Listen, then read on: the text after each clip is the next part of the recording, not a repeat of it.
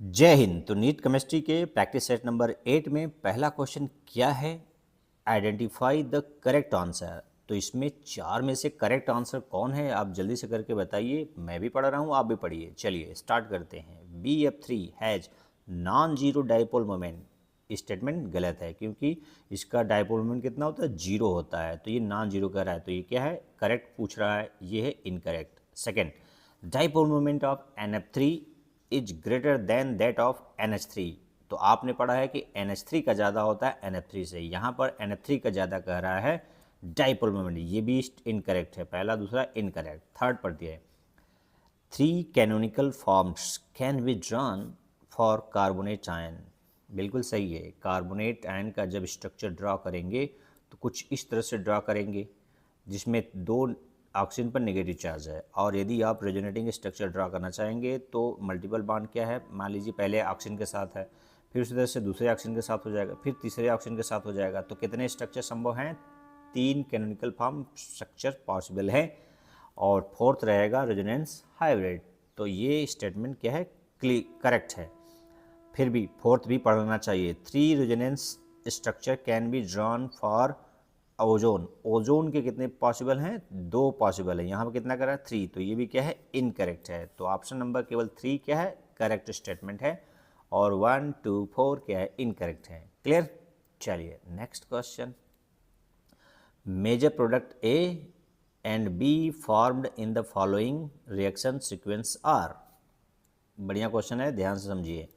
ये रिएक्शन है जिसमें साइक्लोहेक्सेन में एक जगह OH लगा है, एक जगह CH3 लगा है। ठीक है, अब इसको पहले ट्रीट किया जा रहा है PBr3। ठीक है, फिर बनेगा जो वो मेजर प्रोडक्ट A होगा, फिर उसी का अल्कोहलिक OH के साथ हीट किया गया है तो मेजर प्रोडक्ट B बनेगा। तो आपको A और B छांटना है कि कौन सा क्रम में आएगा। तो आप जानते हैं कि एल्कोहल फास्फोरस ट्राई हैलाइड, चाहे ब्रोमाइड हो या जनरली क्लोराइड हो, उसके साथ रिएक्ट करता है तो OH एलिमिनेट होता है और उसके जगह हेलोजन आता है। तो OH हटेगा तो क्या आ जाएगा? Br। चलो भाई Br आ गया। तो 2 जगह है Br, पहले में है और चौथे में। चलिए ये दोनों तो कॉमन हो गया, मतलब पहले स्टेप में ये दोनों जगह बन रहा है। अब उसके बाद क्या है? एल्कोहलिक केवेच है, एक्वस नहीं है, एल्कोहलिक। तो एल्कोहलिक केवेच के प्रेजेंस में क्या होता है? डिहाइड्रोजिनेशन, यानी पानी का निकलना होता है। डिहाइड्रेशन होता है एक तरह से समझ लीजिए। या सॉरी, मैं हाइड्रोजिनेशन नहीं करना चाह रहा था, मैं करना चाहता डिहाइड्रोहाइलोजिनेशन, यानी HX का निकलना होता है एल्कोहलिक केवेज के प्रेजेंस में। ठीक है, तो यहाँ पर Br और यहाँ किसी जगह से जहाँ कहाँ से H निकलेगा? Br और H निकलना है। तो यहाँ पर एक H है, यहाँ पर भी एक H है। तो देखिए यहाँ पर डबल बॉन्ड बन रहा है तो ये संभव नहीं है, और यहाँ पर डबल बॉन्ड बन रहा है तो ठीक है, क्योंकि यहाँ से Br निकलेगा, यहाँ से H निकलेगा, HBr निकलेगा। तो बनेगा क्या? 1 मेथिल साइक्लोहेक्सीन। ठीक है, तो क्या होगा? ये 1 ब्रोमो 2 मेथिल साइक्लोहेक्सेन, और यहाँ बनेगा 1 मेथिल साइक्लोहेक्सीन। तो ए होगा आपका फर्स्ट ए वाला, और यानी ऑप्शन नंबर 4 करेक्ट हो जाएगा, जो सीक्वेंस में ए की जगह ये प्रोडक्ट, बी की जगह ये प्रोडक्ट। ठीक है, पहले में क्या हो रहा है? सब्स्टिट्यूशन रिएक्शन, दूसरे में एलिमिनेशन रिएक्शन। पहचान हो पा रहा है रिएक्शन किस टाइप का है? नहीं हो पा रहा है तो आ जाएगा धीरे धीरे। चलिए next question. The pair of lanthanide ions, lanthanide ions which are diamagnetic is. मतलब ये 4 ऑप्शन है, 2 पेयर है, 2 चारों में कौन सा पेयर डायमैग्नेटिक नेचर का है? तो आपको इलेक्ट्रॉनिक कॉन्फ़िगरेशन यदि पता है तो बहुत आसान है, नहीं पता है तो कठिन है। तो यहाँ पर सीरियम का जब इलेक्ट्रॉनिक कॉन्फ़िगरेशन करेंगे तो F में से क्या होता है? इसका 1 होता है, और D में क्या होता है? 1 होता है, 6s2 होता है। तो 4 इलेक्ट्रॉन निकल जाएगा, तो चारों में से तो ये क्या हो जाएगा? F 0 हो जाएगा, यानी डायमैग्नेटिक। उस तरह से एट्रिबियम में 4s में 6s में ये क्या होता है? इसका 14 होता है। F में कितना होता है? 14, और 6s2, तो S से निकल जाएगा 2 प्लस, तो बचेगा 14, तो ये पेयर्ड है। तो ये है आपका diamagnetic. Option number 4 diamagnetic nature का होगा, क्योंकि कोई अनपेयर्ड इलेक्ट्रॉन नहीं है। डायमैग्नेटिक का मतलब ऑल इलेक्ट्रॉन पेयर्ड, या तो कोई हो ही ना, जैसे सीरियम में 4f0 है और एट्रिबियम में 4f14 रहेगा, ठीक है, और एस और डी में कोई इलेक्ट्रॉन नहीं रहेगा। क्लियर। नेक्स्ट आगे पढ़ते हैं। Given below are certain cations using inorganic qualitative analysis arrange them in increasing group number from, कहाँ से कहाँ तक, फ्रॉम, यहाँ पर होना चाहिए फ्रॉम 0 to 6 या 1 to 6, कुछ भी 2 6 कह रहा है, ठीक है ना।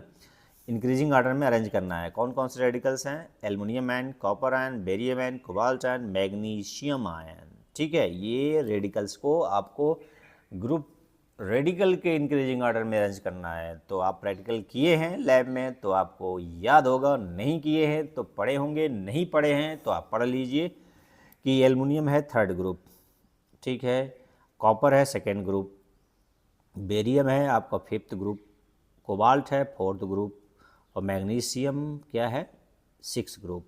तो अरेंज कर दीजिए, अरेंज करिए ना भैया। बे तो पहले क्या आ जाएगा? बी, क्योंकि 2nd ग्रुप का है ये कॉपर। बी के बाद 3rd एल्युमिनियम, ए के बाद 4th हो जाएगा आपका डी, ठीक है, डी के बाद 5th हो जाएगा बेरियम वाला सी, उसके बाद ई, ठीक है, लास्ट में ई। तो बी ए डी सी ए, तो ये किस ऑप्शन में है? ऑप्शन नंबर 4 में देखिए, ठीक है ना, बी ए डी सी ई। समझ गए? प्रैक्टिकल नॉलेज क्या होता है? Practical knowledge actual knowledge. चलिए नेक्स्ट क्वेश्चन है।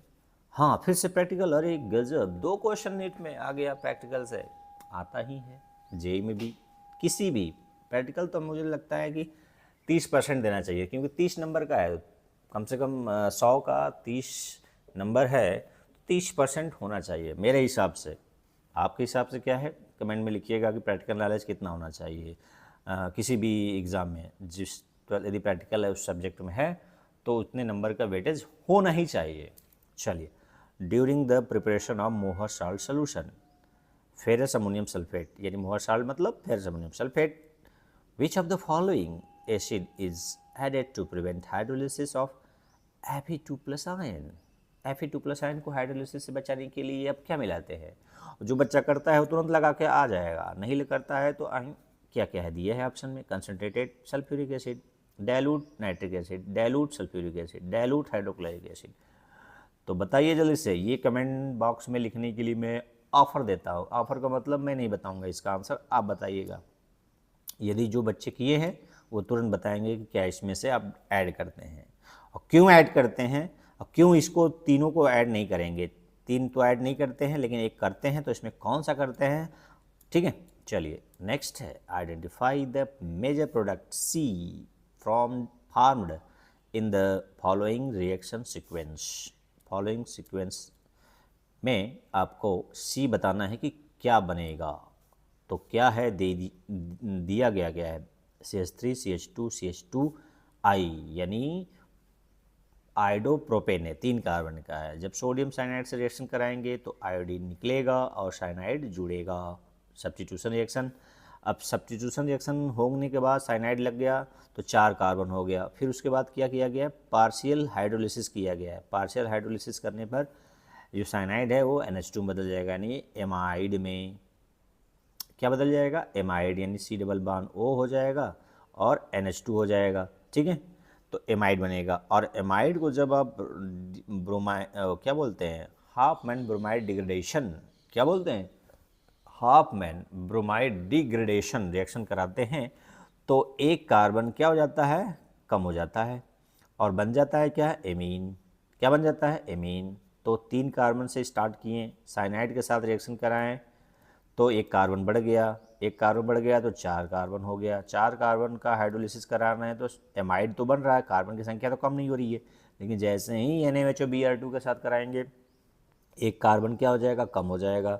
तो कितने कार्बन बचेंगे? 3। 3 के लिए कौन सा ऑप्शन हो जाएगा? ब्यूटिल नहीं, ब्यूटेन एमाइड नहीं, अल्फा ब्रोम ब्यूटेनिक नहीं, प्रोपिल एमीन। देखिए इसमें प्रोपिल एमीन 3 कार्बन का एमीन बन रहा है, तो ऑप्शन नंबर 4 करेक्ट हो जाएगा। ठीक है, लॉजिक से जाइए, कर पाएंगे। Next question, for the given reaction, ये कोई कंपाउंड है जो रिएक्शन किसके साथ कर रहा है? एसिडिक मीडियम में केमनोफोर के साथ। तो जो P बनेगा वो क्या बनेगा? तो आप अनसैचुरेशन टेस्ट जानते हैं ना कि क्या एसिडिक या बेसिक, हालांकि बेयर रिएजेंट होता है NaOH के या KOH के प्रेजेंस में केमनोफोर, यहाँ एसिडिक मीडियम में केमनोफोर डाला जा रहा है। तो केमनोफोर डाला जा रहा है तो जहाँ डबल बॉन्ड होता है वहाँ पर दोनों जगह OH आ जाता है, ठीक है ना। तो ये है अनसैचुरेशन टेस्ट। तो क्या बनेगा? ये बनेगा साइक्लोहेक्सेनोइक एसिड नहीं। ये देखिए दो जगह OH कंटिन्यूस, एडजेसेंट कार्बन पर OH आ गया, तो ये ऑप्शन नंबर 2 करेक्ट हो जाएगा। जबकि ये कीटोन वाला नहीं है, एल्डिहाइड वाला नहीं, ऑप्शन नंबर 2 करेक्ट हो जाएगा, अनसैचुरेशन टेस्ट। ठीक है, यदि H+ की जगह OH होता तो भी यही बनता। यदि डिफरेंट आंसर है तो मुझे कमेंट करिएगा, इससे आप सहमत नहीं है तो। Next, given below are 2 statement. क्या स्टेटमेंट है? स्टेटमेंट फर्स्ट कह रहा है cobalt NH3 3+ is homoleptic complex. Homoleptic complex समझते हैं ना आप, क्या होता है?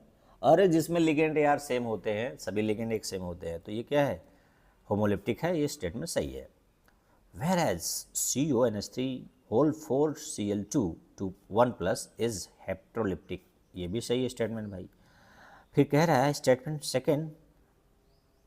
सेकंड क्या कह रहा है? कॉम्प्लेक्स CONH3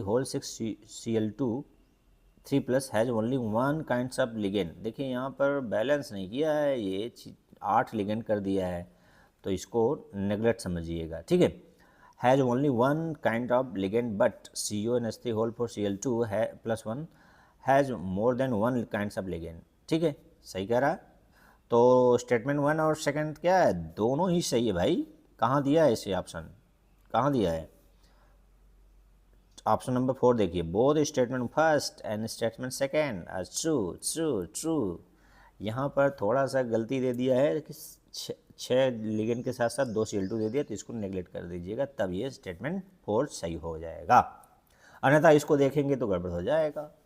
तो थोड़ा सा हमें लगता है टाइपिंग एरर है या जो भी है, समझ लीजिएगा, ठीक है। नेक्स्ट कंसेप्ट में जाना है, हमें उसमें नहीं खोना है। क्या कह रहा है? The products A and B obtained in the following reactions respectively are। तो आपके एल्कोहल चैप्टर में जब एल्कोहल को फास्फोरस हैलाइड के साथ रिएक्शन कराते हैं तो एक बार PCl3 के साथ कराते हैं, एक बार PCl5 के साथ कराते हैं। PCl3 वाले में 2 प्रोडक्ट बनता है और PCl5 वाले में 3 प्रोडक्ट बनता है। तो जो 2 प्रोडक्ट बनता है उसमें जो A दिया बनेगा वो क्या बनेगा? तो बनेगा H3PO3। क्या बनेगा? H3PO3। और जब फास्फोरस पेंटाक्लोराइड के साथ करेंगे तो एल्किल हैलाइड HCl और POCl3 बनेगा, ठीक है ना। इसका कॉमन नेम फास्फोनिल क्लोराइड, ठीक है, फास्फोनिल क्लोराइड। और ये H3PO3 A वाले में बनेगा, A की जगह पर H3PO3 और B की जगह पर POCl3 बनेगा, ठीक है। तो ये हो गया आपका करेक्ट ऑप्शन नंबर 3। चलिए, तो ये रहा आपके प्रैक्टिस सेट नंबर 8 का कुछ इम्पॉर्टेंट क्वेश्चन। तो आपको ये कितने क्वेश्चन का जवाब पता था पहले से? यदि पता नहीं था तो अब कितने का पता हो गया बताइएगा। तो चलिए, आज के लिए इतना ही, फिर मिलते हैं अगले वीडियो में। तब तक के लिए जय हिंद।